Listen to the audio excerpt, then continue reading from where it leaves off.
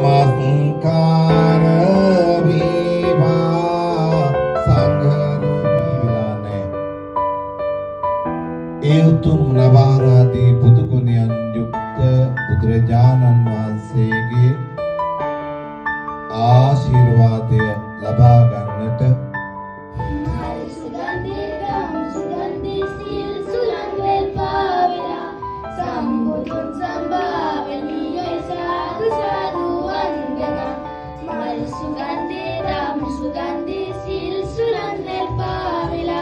Sambudun sambavani, sadhu sadhu.